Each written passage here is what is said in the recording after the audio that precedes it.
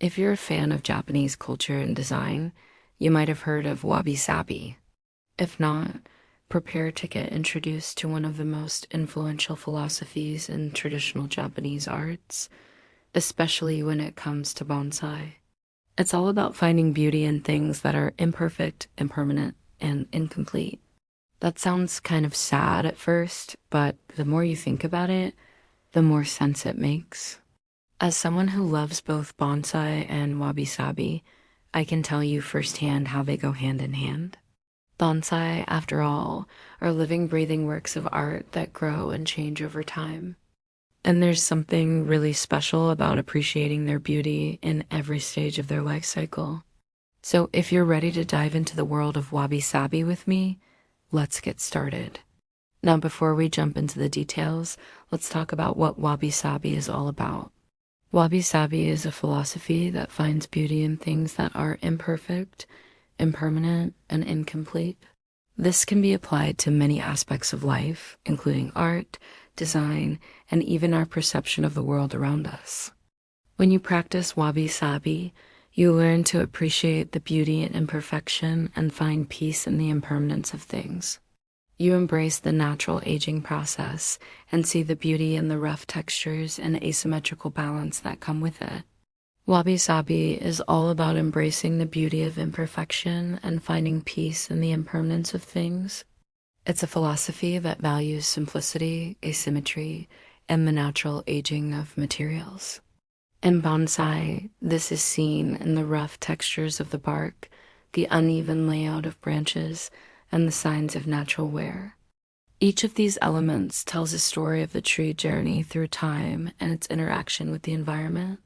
For example, in bonsai, the rough texture of the bark is a sign of the tree's strength and resilience.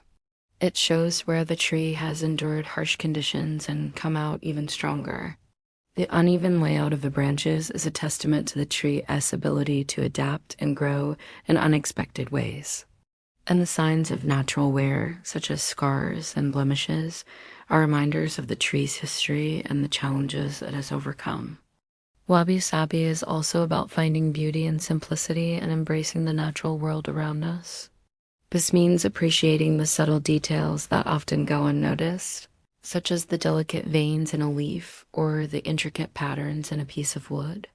It also means accepting the impermanence of nature and understanding that change is a natural part of the cycle of life. For bonsai enthusiasts, this philosophy can be applied to the way we shape and style our trees. Instead of trying to create a perfect bonsai, we can embrace the natural imperfections and celebrate the unique beauty of each tree. This means accepting the rough bark, the asymmetrical branches, and the scars and blemishes that tell the tree's story. By doing so, we can create bonsai that are truly one of a kind, just like the trees that inspired them. One way to incorporate wabi sabi into your bonsai practice is to focus on creating a sense of calm and tranquility in your garden. This can be done by using natural materials such as stone and wood to create a peaceful atmosphere. You can also use the wabi sabi principles to inform your plant selection, choosing species that thrive in your local climate and require minimal maintenance. By focusing on simplicity and natural beauty, you can create a bonsai garden that is both relaxing and visually appealing. Another way to incorporate wabi sabi into your bonsai practice is to experiment with different styling techniques that embrace imperfection.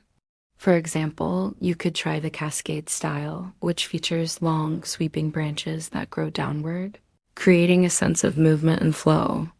Or you could try the informal upright style, which features a single central leader that branches out in an irregular, asymmetrical fashion. These styles, as well as many others, allow you to showcase the natural beauty of your tree while still creating a cohesive and visually appealing bonsai. Incorporating wabi sabi into your bonsai practice can be a rewarding experience. It allows you to connect with the natural world in a deeper way and appreciate the beauty and imperfection. By embracing the principles of wabi sabi, you can create a bonsai garden that is truly unique and reflective of your personal style. Now that we've covered the basics of Wabi Sabi, let's take a closer look at how this philosophy manifests itself in bonsai. As I mentioned earlier, bonsai are living works of art that grow and change over time. They are constantly interacting with their environment, which leaves its mark on their appearance. This means that no two bonsai are exactly alike, and each one is truly unique. One way that bonsai exhibit the wabi-sabi aesthetic is through their bark. As bonsai grow, their bark develops a rough texture that reflects the tree's age and resilience. This is particularly true of deciduous trees like maples and elms, whose bark often becomes deeply furrowed and lichen-covered as they mature.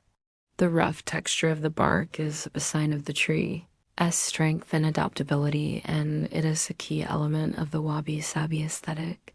Another way that bonsai embody wabi-sabi is through their branches. The branches of a bonsai are often asymmetrical and uneven, which creates a sense of movement and flow. This is intentional on the part of the bonsai artist, who wants to create a tree that looks natural and harmonious.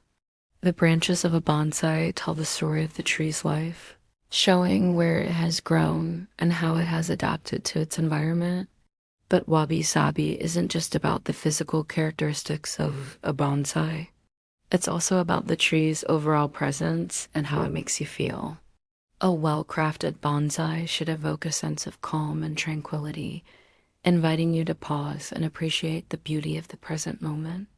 In a world that often feels chaotic and unpredictable, bonsai offer a welcome oasis of calm and serenity. They remind us to slow down and savor the simple things in life, like the delicate balance of a leaf or the graceful curve of a branch. So next time you see a bonsai, take a moment to appreciate the beauty of its rough bark, asymmetrical branches, and overall presence.